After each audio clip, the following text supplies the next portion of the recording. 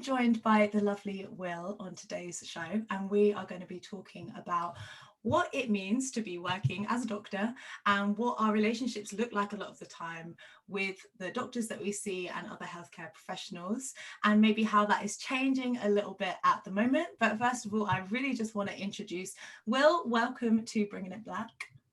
Hello, Mary. Thanks for having me on. You are so welcome. So for people who are not familiar with you, I want you to just give a little overview into who you are, your job, and a little bit of how you got into it as well. Yeah, absolutely. So I'm Will. I'm an A&E doctor. I work mainly in London, but I've worked out in Surrey and like different parts of the southwest of England as well. And how I got into it really was via sort of school, work experience, med school, and graduated coming up to 3 years ago now. And currently working in A&E, but I've done some work in GP practices, mental health, and just your sort of general hospital medicine. So had a bit of experience of it all really. And you're not what I typically imagine most kind of A&E doctors to kind of look like, because first of all, you're very young. Yes, thank you very much. Yeah, sometimes I don't feel it, but yeah. I think there's a lot of preconceived notions about what a doctor is like or would look like or would act like or their background. But yeah, I feel I sort of tick a few boxes of those. Like I'm like Black, I'm queer, I'm quite young. I don't conform to a lot of the stereotypes that you might expect. Like I've got bleached blonde hair and a few tattoos. And so, yeah, I think a few patients see me in A&E and are like, what? What are you doing here? Yeah. And does that get frustrating, or are you quite happy to kind of break a lot of our stereotypes when it comes down to that kind of stuff? I mean, I'm definitely happy to have that reaction because I'm pretty comfortable in what I do. I really enjoy being a doctor. I enjoy those opportunities to sort of maybe break the expectation of what your doctor is going to look like or going to be like, because the NHS is a really, really diverse workforce. And so I never feel that I'm the only person that's like presenting in a different way or looks a different way. So I think those notions are quite outdated because there are a lot of doctors and nurses and all the other staff, sort of reception, cleaners, porters, everyone who looks really different and is really different. So being part of that team and sort of breaking those boundaries is more fun than anything else. Yeah, it's almost like a little, you're kind of challenging people's perceptions and their kind of preconceived ideas, which I have as well. Even when I'm like, I try not to be biased, but I definitely have this image in my head of what people in different roles within healthcare typically look like, act like, speak like. And oftentimes I'm now surprised, I think maybe more because I live in London now, and when I was a kid growing up, you know, the GPs and things that I went to see did fit a very like small mold, and that's a lot different now, I think, living in London and Totally, 2021 and all of that. So I think it's really good, and for all of us to kind of question it as well.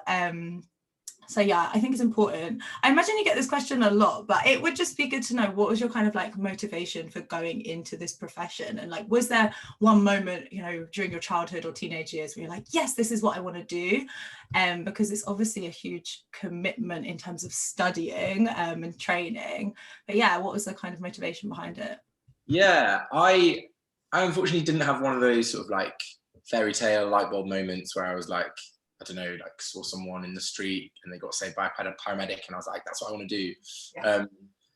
I guess I'd always been quite like very interested in people, and sort of quite a compassionate kid growing up, and I was quite good at science. So my science teacher when I was about 15 was like, have you ever thought about doing medicine and being a doctor? And I was like, no, not really.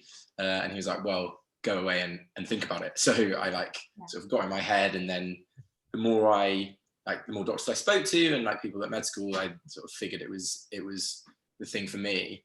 I think I've definitely been on a really long journey with that, because when you're a kid, you think that being a doctor is one thing, and then when you're at med school, it really feels like you're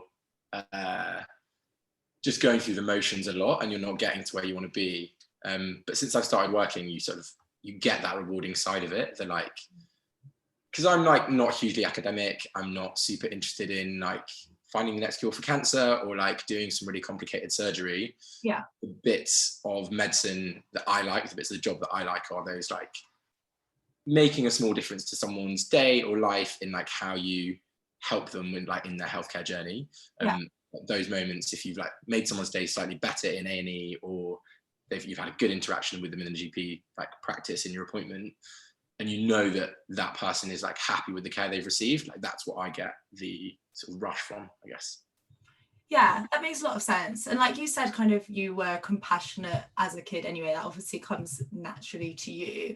What I want to get into today is maybe some of those barriers that people feel towards doctors or healthcare professionals that they see, and maybe not feeling that same level of compassion, or that there's maybe a wall that's built up between them, and whether that comes from our own bias as people, or there is something more that healthcare professionals could be doing. I think it'd be really good to just kind of get into that. And the reason why I wanted to speak about this today is because I just have noticed quite a big trend with my friends at the moment who seem to be taking their health a lot more seriously. I don't know if it's after like this pandemic time, like thinking about it or seeing like loved ones struggling, but they seem to just be kind of getting their ish together and like, oh, I should get this checked out, or I should follow up with that thing that's been hurting, or that thing that I'm a bit worried about. But a lot of the reaction or the responses they're getting when they're, you know, seeing their GPs is that they're not feeling that compassion, or they're not feeling that understanding or that empathy, and they've kind of walked away from the situation feeling discouraged or feeling like they've not been understood. Is that something that you feel comes up in conversation, either when you're speaking to patients or even just like in your peer group? Yeah, I think it is an issue, right? Like when you go to your doctor, you want immediately for this like relationship to be there and feel really comfortable. And I think there are a lot of doctors that try to do that and try to foster that. I think sometimes there is definitely more that could be done. In terms of like that, that feeling of disconnect, I think it comes from a lot of different things, and I think it's a two-way street, right? So you've got like the doctor on one side and the patient on the other, and there is a difference. Like there's a difference in expertise, there's like a power dynamic when you walk into that room, and there's a difference in like expectations. So like one person feels vulnerable and they want something sorting out, the other person has the resources to help them or try and find out what's going on, and they're sort of gatekeeping that. Like that is part of their job, is to like gatekeep services and make sure that people are getting the right help that they need and not the wrong thing. So there's a lot that like starts that imbalance. Yeah. And then I think as patients, because like I'm a doctor but I'm also a patient sometimes, I feel that switch when I go and see my doctor. I feel completely like disempowered. I really feel the dynamic change, that I'm like, and I don't say necessarily what I want, I'm not communicating. And I think it is this preconception about what I expect my doctor to be like, even though I know what doctors are like because I am one and all my friends are them and I like work with them. So I know that they're not this like judgmental sort of monolithic, like faceless thing. I know that they're people who are like trying to be compassionate and help me. But still these notions like get into your head about like what you can and can't say, and whether or not they're listening to you, and how you ask for what you want. I think it's really, really tricky. Is this a stupid question? But I mean, it is a stupid question. I'm realizing as I'm saying it. Why do you as a doctor have to go and see a doctor? Do you? Yeah, I mean, so obviously if I have a health problem, I probably have an inkling what's going on. I probably know in most cases what's going on, but it's about like accessing services or like medication or anything like that. And like something that was coming up from some of the responses from the questions you put out was people going a few times and not really asking for what they needed because they were embarrassed or they didn't feel listened to, and it taking like a good few interactions to actually get the treatment or the investigation that they want. And I had a really similar experience. I was trying to get some medication for my migraines and also to help with anxiety. And I knew exactly what I wanted. And it took me 2 appointments to go, because in the first one I just like sort of got sidetracked and ended up not asking the question that I'd wanted to ask. Yeah. And actually, if I'd been like more assertive, more clear with what I wanted, I could have just been like, this is what I think is the problem, this is what I think will help, what do you think? Yeah. And like to branch off into like tips for people to try and do that is like, we get taught at medical school and like throughout our careers that we should be asking what the patient wants. Yeah. It's a bit of a like sort of cliche that it's like hammered into us so much, this thing called ICE, which stands for ideas, concerns, and expectations. And that is basically like what the patient thinks is going on, what they're worried about, and why it's concerning them, and then what they want from the interaction. And we as doctors are quite bad at asking that, because it's a really clunky thing to ask, and also like can sound rude if you're like, what do you want? Yeah, why are you here? Why have you walked through my door today? Like, and also if you're like, what do you think's going on? They're like, well, I came to you, you're my doctor. Like, yes. So it's tricky, but when you do that and you have that conversation with the patient and they're like, oh, well, I thought it might be heartburn for a while, but then I got a bit more worried because my dad's had a heart attack in the past, so now I'm worried it might be my heart, and I was hoping that you could confirm that I'm not having a heart attack. Yeah. Then you do those things as the doctor, it's not a heart attack, and then everyone's happy with that interaction. Whereas if the patient goes in and goes, oh, I've been having this pain here, and you go, oh, it's probably heartburn, you've not got into why they're feeling worried, why they're concerned, things that are making them worried, and what they want to do to confirm that thing. So it's actually more difficult for the doctor and for the patient if you're not communicating, if that two-way communication isn't functioning. And I guess you're trying to understand that every single patient that walks through the door is coming with their own kind of baggage, I guess, of whether it's family history, but also something they saw on the news, or that one time they had a feeling about something, or someone who may have mentioned this, or an article that they read, and you've got all of these little things that are kind of going on in their head, and by you just telling them straight up, well, I don't think it's exactly, then it doesn't answer all of that for them. Exactly, and that's where the communication comes in. And I think it's something like 50%, it might be more than 50% of NHS complaints, when they do like a root cause analysis, it's down to communication failure. It's not about the care that people are getting. It's not about like things going wrong, or like the wrong medication or the wrong surgery. It's just people don't feel listened to. There's a breakdown in communication. And I think that is on the NHS and on healthcare providers to like facilitate better communication. Yeah. But also to like get the message around to patients that you can ask for what you want. Like you can explain yourself, and try and sort of depressurize that situation. I always try and make my patients feel as comfortable as I can, because then you can get the most out of that interaction.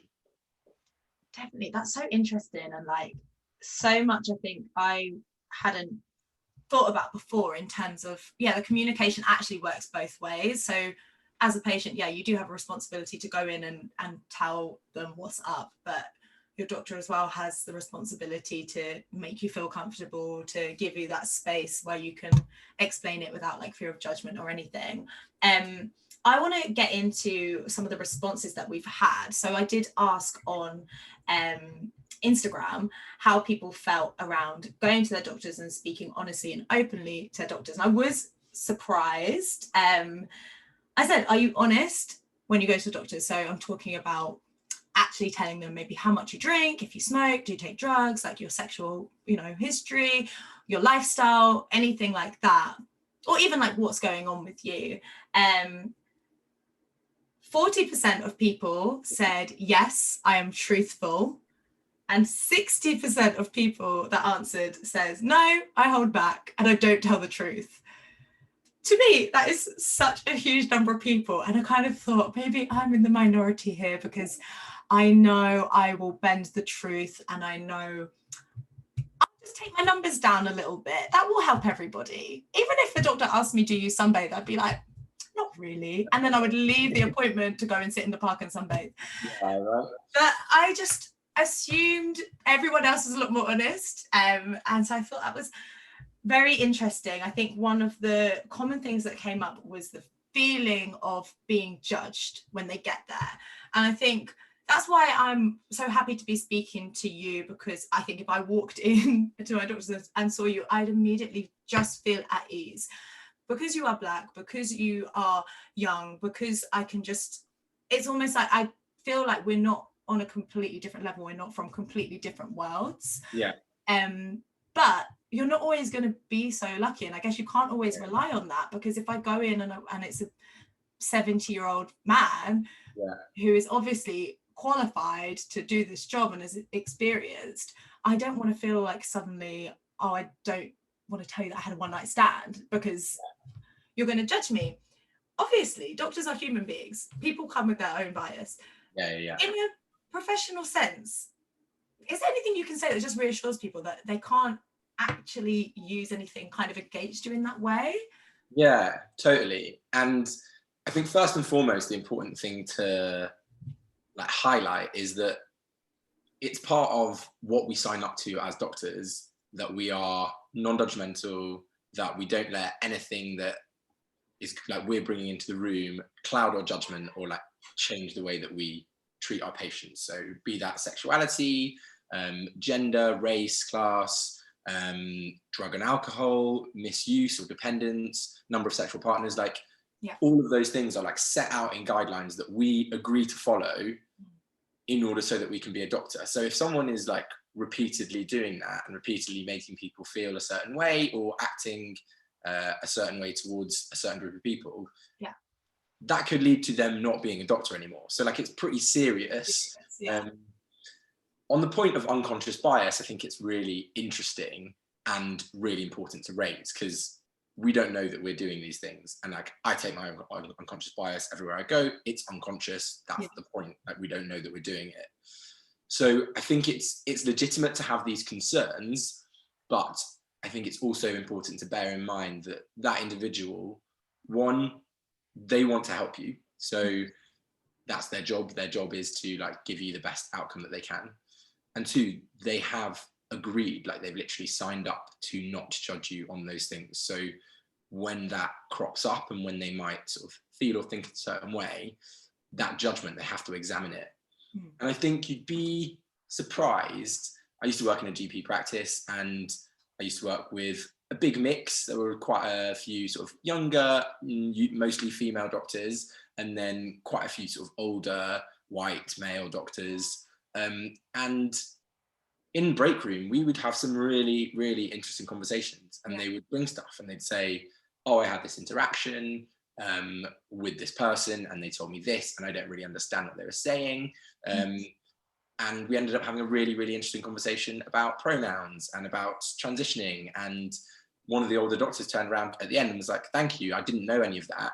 I'm going to go and look it up because it will improve my practice, because we're seeing more and more people with sort of different gender presentations and I want to know how to navigate that. So while you might walk into an office and see this like what looks to you like this sort of old out of touch person, like they're doing that job because they care and like they do want to make things better. It's just like, as with all people, they might need a bit of time or a bit of guidance. But I think the reassuring thing is that the NHS is really hot on that, on diversity and inclusion and like making it a non-judgmental space. So I think bearing in mind that people are actively doing that learning is quite important.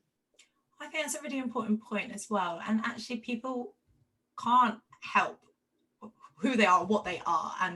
And there are so many reasons behind why you might feel like a lot of your GPs are from a certain demographic or speak in a certain way or present themselves in a certain way. But at the end of the day, like you said, they have gone into this job with quite a serious like intention. Like you said, you put yourself and your practice at risk if you start using your judgment and disclosing things and whatever.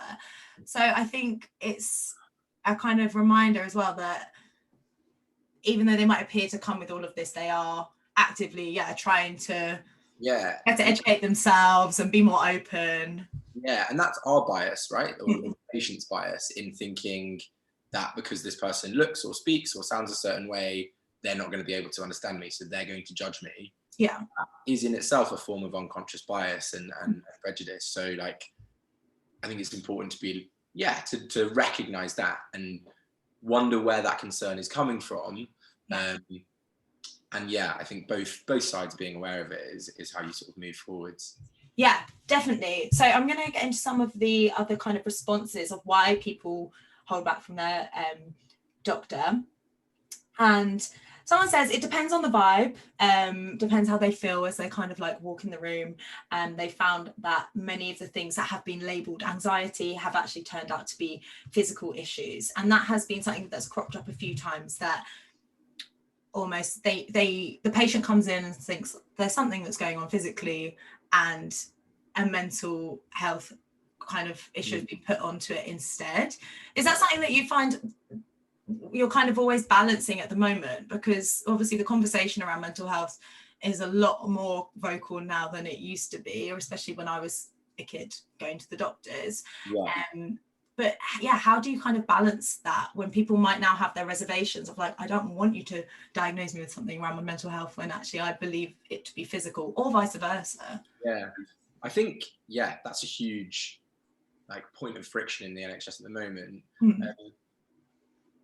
There's a huge amount of crossover between mental and physical health and how they present and the symptoms. So either your symptoms being something that could happen with both, like anxiety or a heart problem, for example, or you feeling like it's definitely a heart problem and it being anxiety, or the other way around. It's important for the doctor in that situation to like properly explore all options. I think people do like pigeonholing, because you're trying to make a quick decision. You sometimes only have 10 minutes, sometimes less. So you're trying to like rule out the really bad stuff really quickly and then like focus on the most likely stuff next. So yeah, I think there are times when younger people especially, and especially young women, I think, get sort of shepherded towards a mental health diagnosis when that might not be what's going on, or the only thing that's going on, right? Because we have physical problems and we have mental health problems. Those things can coexist. Yeah. I think one important thing, and I think it's easier said than done, is about being assertive when you're like, and acknowledging, yes, I have anxiety, but my anxiety doesn't normally give me chest pain in this way. So I want to make sure that it's not that. I think if you said that, there's no way that your doctor's gonna be like, no, we're not gonna do a blood test, because like, if it turns out to be something physical and they've not done that, not only have they not given you proper treatment and have they missed something potentially like serious and they've not done a good job, their job's also on the line. Like if someone is coming to you with a concern and they're saying it could be this and you just dismiss it, like, and you miss something big, like, so I think going in again with that, explaining what you're concerned about and why, and then what you would like, I think is really, really a really useful tool that patients can use, because then your doctor can't say, no, we're not going to do that, unless they like properly explain why they don't think that's a good idea. I think oftentimes the patient will come and say, I've had this symptom and that symptom, and then they'll just leave it at that. When actually the patient knows, I would like some blood tests to rule this out, or I would like referring to a specialist. And you know what you want, but feel that you're not allowed to ask for it. But you absolutely are. Like, you absolutely are allowed to ask for it, and you should. And that's definitely something that people want to talk about, is that they want to be more consistent, or they feel like they need to be, but maybe they don't know how to navigate that. And like you said, you've got such a short amount of time. And yeah, I do think a lot of people, before you set out for the day to go and visit your doctor, you have decided in your head, this is the outcome that I would like. Maybe I don't know exactly what that looks like yet, or what kind of medication, or what kind of tests, or what advice I want, but I have an idea of what I'd like from my doctor. When we talk about being more persistent, people say about, oh, I actually had to go 3 times, or I had to change doctors, or I had to, really put my foot down. What are some of the ways that people can practice that, like, consistency and kind of break through that barrier, whilst they might be feeling like there's still that power imbalance, and you're still feeling like, well, you're the expert and I'm not, so I'll just go with whatever you say. And then as soon as I walk out, I feel like, oh my gosh, I wish I would have. So I think one thing that you've touched on there is like you use the word expert, but it's really important to remember that in that room, there are two experts, right? There's the doctor with their expertise in healthcare and medicine and all the services that are available. But the other expert in the room is the patient. They're an expert in themselves, their own body, their experience. So like, you know what's not normal for you, you know what you think you might need or what you think might make you feel better. Yeah. So it's important to remember that you have power in that room and that your power is in giving all of the information that you can. And whether that information is all of your symptoms or how much you're drinking or how many sexual partners you had, something you might be embarrassed about, or whether that information is you stating what you think it is that you might want or might help. All of that is stuff that your doctor can't read your mind. Yeah. They need to be told what it is that you want or that you're concerned about and the information around it. Otherwise, no one's going to be happy. And I think like the doctor will not feel good if they have a consultation, they have no idea really what's going on, they feel that the patient isn't happy with it and that they've not really accomplished anything. Like, that's not going to be a good interaction for the doctor either. Like we want to help. It's our job to try and help people. When you have those like consultations where someone comes in and you like eke out what they want and you are going to do the investigations and you're going to start some treatment, you end at like 10, 15 minutes being like, yeah, that was good. That was a good part of my day at work. So I guess it's like, and some like more practical tips, I think, if you're feeling like worried about asserting yourself or it's something you're not good at, writing stuff down. So just literally writing bullet points. You can even show them to your doctor. Yeah. If you don't feel comfortable saying it out loud, you can literally be like, this is what I'm worried about. I wrote it down because I sometimes don't assert myself very well. Or you can use it to sort of to read off. Yeah. And just say like, these are the things that I'm concerned about. And not just the symptoms, also what you want or what treatment options there might be. Again, practicing it before you go. So I know this is something that some people do, is they will like run over it a few times in their head. Even like it feels really corny, feels really awkward doing it with like a flatmate or a family member, just being like, what are you going to say? Because it's more frustrating to not get what you want than it is embarrassing to like maybe practice it before or write it down, because it can be really hard. And you always, another thing, I guess, is that you always have a right to speak to a different doctor if you feel that you're not getting what you need from someone. And that doesn't have to be a huge issue. It could just be like, I felt that I wasn't listened to, or I felt that I'm not getting what I want. Could I please see a different doctor? Or if, say, you are like a young guy and you think there might be a problem with like something sexual and you don't feel comfortable seeing a female doctor, that's absolutely fine to ask for as well. So like there's so much more power and agency that the patient has. I guess it's just like recalibrating that interaction to be like, no, I can ask for what I want.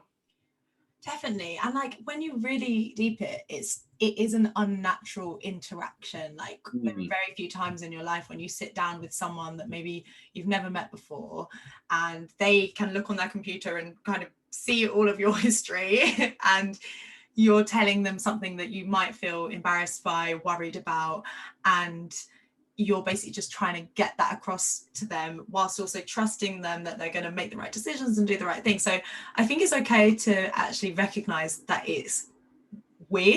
Do you know, like, not in a way, but it is actually weird. I think this when I go to my dentist, I'm like, this is weird. Like, I literally am lying here and you're looking down my throat and like, it's just strange and it's unnatural. I feel that almost every day at work, not in a like, oh, that's like gross or embarrassing way, but in a literally like, this is weird. Like, who am I? I'm a 27-year-old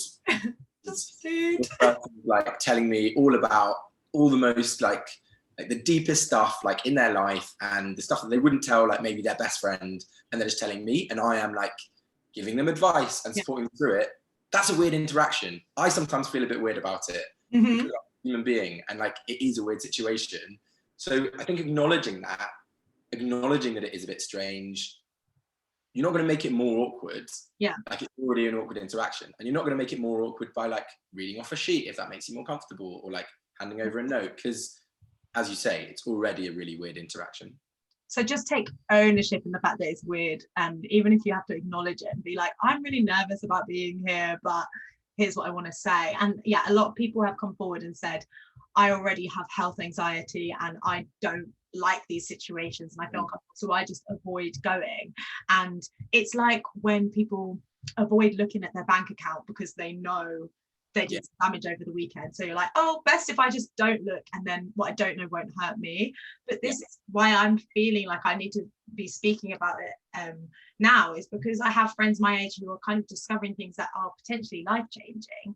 And a lot of the time, if they'd have checked it out a week sooner or a month sooner, it could have really changed the course of so many things. And that awkwardness for 10 minutes compared to maybe a life-changing like diagnosis, or something that really can change your life. And I think we've gone through such a crazy period of time, and there's been so much focus on COVID, but we have to remember that we have a whole body doing all different types of functions, and our health aside from COVID is still super important. And I think it's a bit of a matter of like, it's a bit cringe, but when we talk about like self-love and self-care, you can't just go and have a nice hot bath every evening and put a face mask on and call it a day. Like, this is a kind of form of self-love and self-care as well, and like actually trusting that I was in a relationship with,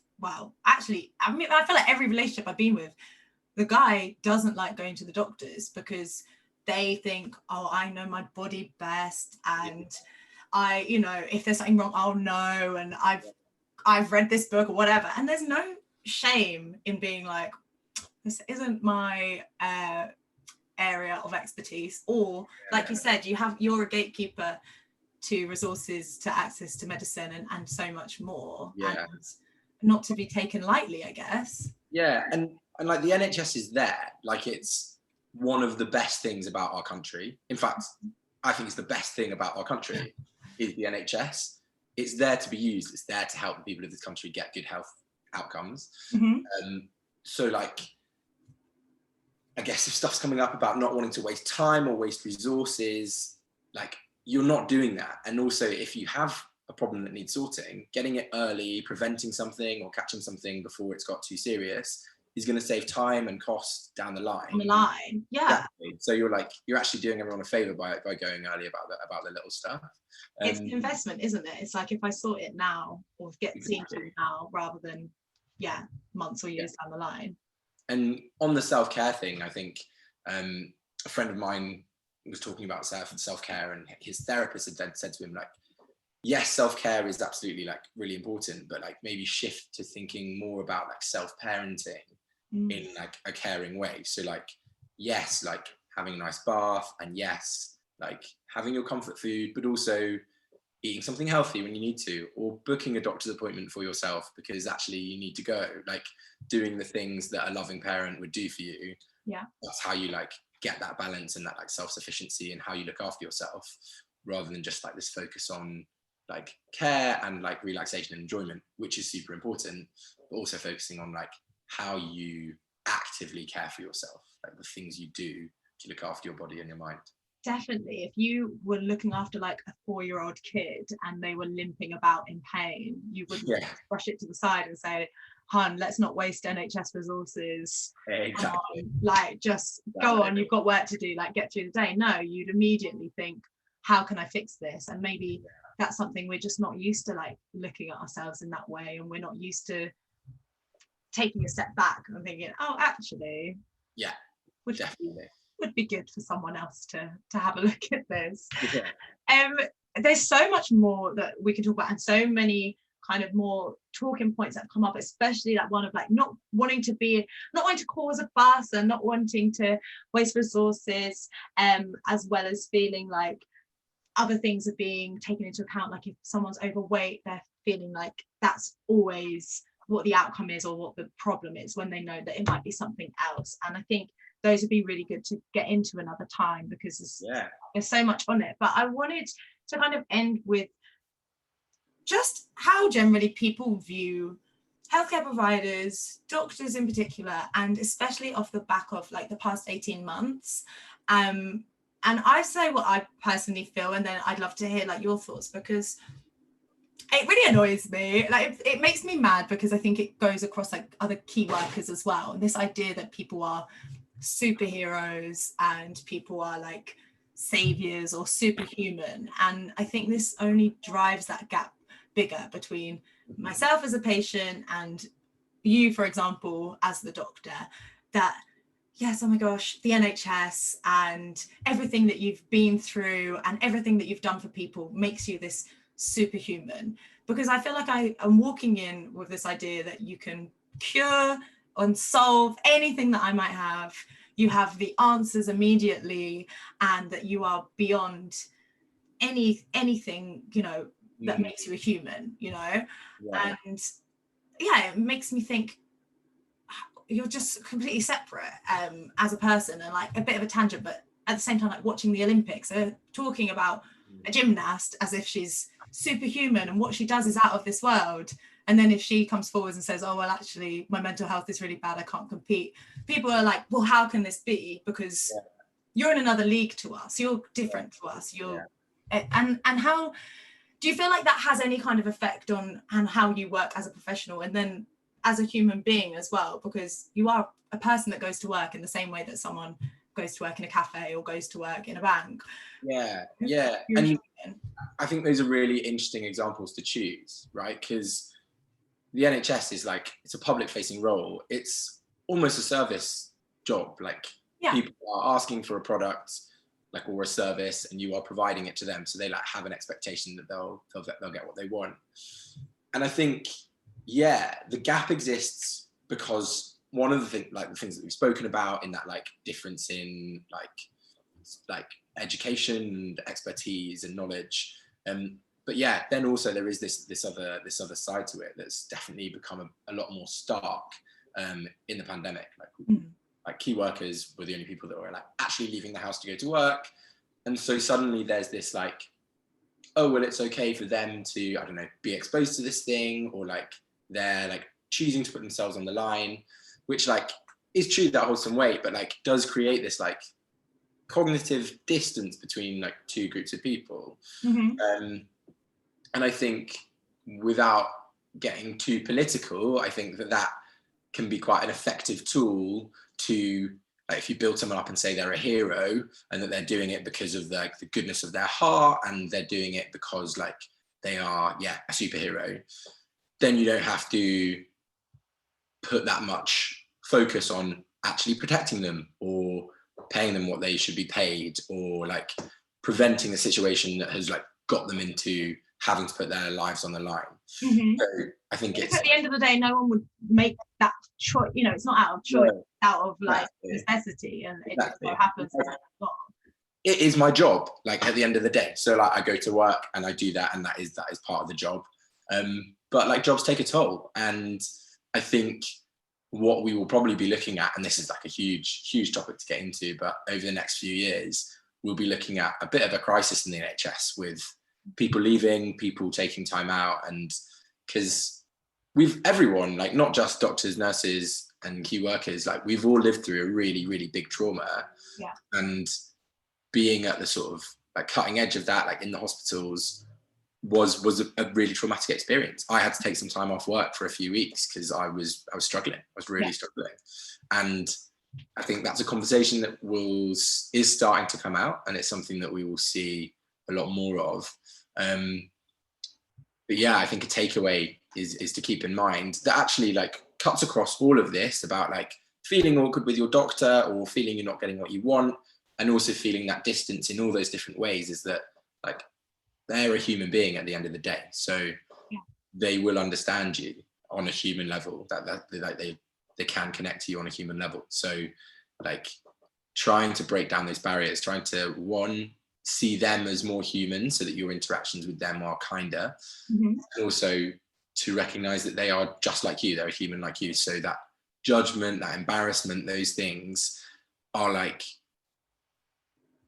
they're not as prominent as you might feel that they might be, and like that person is there to try and make you comfortable. Whether or not they're very good at doing that is like a whole different conversation. Yeah, but they're trying their best, and that is literally what their job is to do. Exactly. Yeah, fabulous. Well, we've gotten through so much today, and I think we're just scratching the surface. There's so much more to come, and I definitely want to welcome in listeners' questions and anything that they want to get involved with this as well. And I'm going to keep having the conversation over on Instagram, so you guys know where to find me at mary.manderfield. And Dr. Will, I'm sure you will be back very soon with lots more of this. It's really helpful, like really helpful, and just good reminders as well. So thank you so much. Thank you for having me. Cheers.